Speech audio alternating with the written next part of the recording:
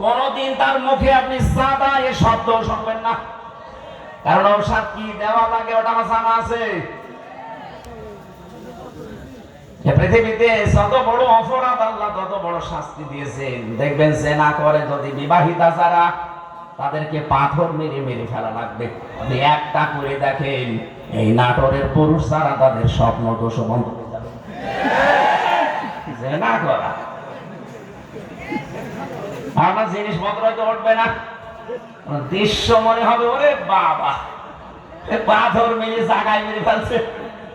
আপনি যেটা দিয়ে জেনা করবেন ওই জিনিস নষ্ট হয়ে যাবে। চুরি করলে হাত কেটে দাও, আপনি একটা করেন দেখেন চুরি বন্ধ হয় কিনা। কারণ আল্লাহ পাক ভালো করে জানে যে ঔষধ দেওয়া লাগে কোন জায়গায়। যারা ডাকাতি করে, যারা সন্ত্রাসী করে, যারা চাঁদাবাজ, তাদেরকে বিপরীত দিক থেকে অঙ্গ প্রত্যঙ্গ কেটে দেওয়ার নিয়ম সূরা মাইদায় আছে।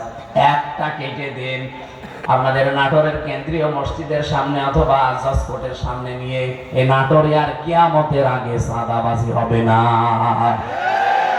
এটা সম্ভব এবং আমরা পারবো ইনশাআল্লাহ, সামনে আসবে। সুতরাং এই আয়াত থেকে আমি যে থিওরিটা পেয়েছি, আল্লাহর বিধান কায়েমের কথা বললে যাদের মন খারাপ হয় তারা যেন বিশ্বাস করে তারা মুশরিক। আপনি হয়তো বলতে পারেন কি আমি নামাজ পড়ে আসলাম, আরে ভাই আপনি টের পাচ্ছেন না যে কোন কায়দায় আপনার দ্বারা শিরিক হচ্ছে, প্রকাশ্যে হোক গোপনে হোক। আর যারা শিরিক করে তারা কি বলেন বলেন, এর চাইতে স্পষ্ট কি বলা যায়? অবশ্যই আপনার দ্বারা কোনো না কোনো ভাবে শিরিক হচ্ছে, নয়তো আল্লাহ বলতো না যে কাবুরা আলাল মুশরিকিন, যে মুশরিকদের কাছে খারাপ লাগবে। মা তাদউহুম ইলাই, আপনি যেদিকে মানুষকে ডাকছেন এই কথা শুনলে সবচাইতে বেশি খারাপ লাগবে, মন খারাপ হবে, রাগ করবে। এমনকি ওয়াইদা তুতলা আলাইহিম আয়াতুনা বাজ্জিনাতিন তা'রিফু ফি ওয়ুজুহিল লাযিনা কাফারুল মুনকার। এটা সূরা হজের 58 কি সূরা হজের 70-72 নম্বর আয়াতের ভেতরে আছে। রব্বুল আলামিন বলেন, হে নবী, যখন কোরআনের ব্যাখ্যাগুলো আপনি বিশ্লেষণগুলো তেলাওয়াত করে করে শোনাবেন, তখন দেখবেন যে মানুষগুলো বুঝে ফেলেছে যে কি বলতে চায়। আপনার প্রতি দেখবেন ওরা মাত্র শরবত নিয়ে মিষ্টি নিয়ে আসবে না, ওরা আপনাকে মনে হবে খেয়ে ফেলবে। আমার তো মনে হচ্ছে আয়াতটা বাংলাদেশে এখন মিলে যাচ্ছে। হুজুর কোরআনের কথা বলবেন, আমি কি এটা বাইরের কথা বললাম? কোরআনটা আমি আমার মন মতো গলা সুর দিয়ে আমি যখন তেলাওয়াত করি আপনার ভালো লাগে। ওটা মাতৃভাষায় বলতে গেলে আপনার কাছে মনে হয় যে নিজের দিকে যাচ্ছে, নিজের দিকে যায়। এই কারণে কারণ আপনি এই কাজগুলো দুনিয়ায় করেন।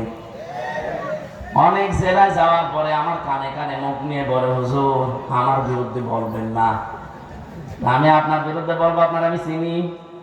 কোথায় আমার বাড়ি কুষ্টিয়ায়, কোথায় আপনার বাড়ি সেই সিলেট, মৌলভীবাজার, সুনামগঞ্জ, সেই দোয়ারা বাজার, যেতেই লাগে 2 দিন। আমি আপনাকে জীবনে দেখেনি, চিনি না, আপনার বিরুদ্ধে বলবো কেন? না আপনি যা বলেন আমি দেখে আমার বিরুদ্ধে যাই, তার মানে আপনি ওই কাজ করেছে। জেলে যাওয়ার আগে একবার গিয়েছিলাম খুলনা রূপসা থানা।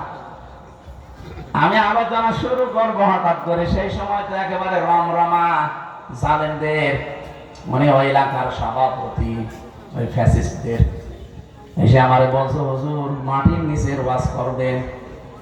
আমি না। ওপরের ওয়াজ করবেন? হ্যাঁ। ওপরের ওয়াজ যদি করেন, ওপরে আপনাকে আমি একটা সাবজেক্ট বলে দেই, পারিবারিক জীবন নিয়ে কথা বলবেন। ঠিক আছে, আপনি আমার যেখানেই লাগাবেন আমি ঘুরে ফিরে দিন কায়েমের কথাই বলবো, কারণ এইটাই আসল কাজ। এইটা না হলে জীবনে এই দেশে বসবাস করার উপযুক্ত পরিবেশ আপনি পাবেন না। বলেন তো, খালি 2 জন নবী বাদ দিয়ে পৃথিবীর কোন নবীর জীবনে আমি পড়ে পাইনি যে তাকে আল্লাহ আদেশ দেয় না। প্রত্যেকটা নবীকে, খালি 2 জন নবীকে আল্লাহ বলেন না, একটা আদম আলাইহিস সালাম আর একটা সুলাইমান নবী। কারণ আদম নবীর সময় মানুষজন ছিল না, আর সুলাইমান নবী ওনার বাবার কাছ থেকে রাজত্ব পেয়েছিলেন। তো ওনারা কি কায়েম করবে? বাকি কোন নবীর জীবনী পড়ি আমি পাইনি যে তাদেরকে আল্লাহ নির্দেশ দেয়নি যে আনাকে মুক্তি দিন কায়েম করবে। নামাজ পড়া যেমন ফরজ, এমনকি বহু নবীর জীবনে আমি পড়েছি তাদের জীবনে নামাজ ছিল না, তাদের জীবনে রোজা ছিল না, কিন্তু তাদের জীবনে দিন আল্লাহর বিধান কায়েম করা লাগবে এটা ছিল। আল্লাহর বিধান আরো আছে যেগুলো ওইগুলো। আমার ভাইরা, এখান থেকে আপনার জন্য আমার যেটা বক্তব্য, যদি আপনার মন খারাপ লাগে তাহলে আপনি বুঝে নেবেন যে আপনার দ্বারা যেহেতু শিরিক হচ্ছে আর আপনি মুশরিক, মুশরিকের কোনো ইবাদত কবুল হওয়ার সম্ভাবনা আছে। এতটুকু বললেন কি আছে আপনি জানেন? কোরআনে কারিমে এত কঠিন কথা মুশরিকদের বিরুদ্ধে, অকাদিমনা ইলা মা আমিলু মিন আমালিন ফাজআলনাহু হাবাআম মানসুরা। কিয়ামতের দিন মুশরিকদের আমল নামাটা আল্লাহ এভাবে দেখবে, যে দেখবে শিরিকের ওটা ধুলি কণার মতো মুখের উপরে নিক্ষেপ করবে। আজ তো শুনতে খারাপ লাগছে, কিয়ামতে কোটি কোটি মানুষের সামনে যখন নিজের কাজ কারবার ধুলার মতো নিক্ষেপ হবে তখন টের পাবেন।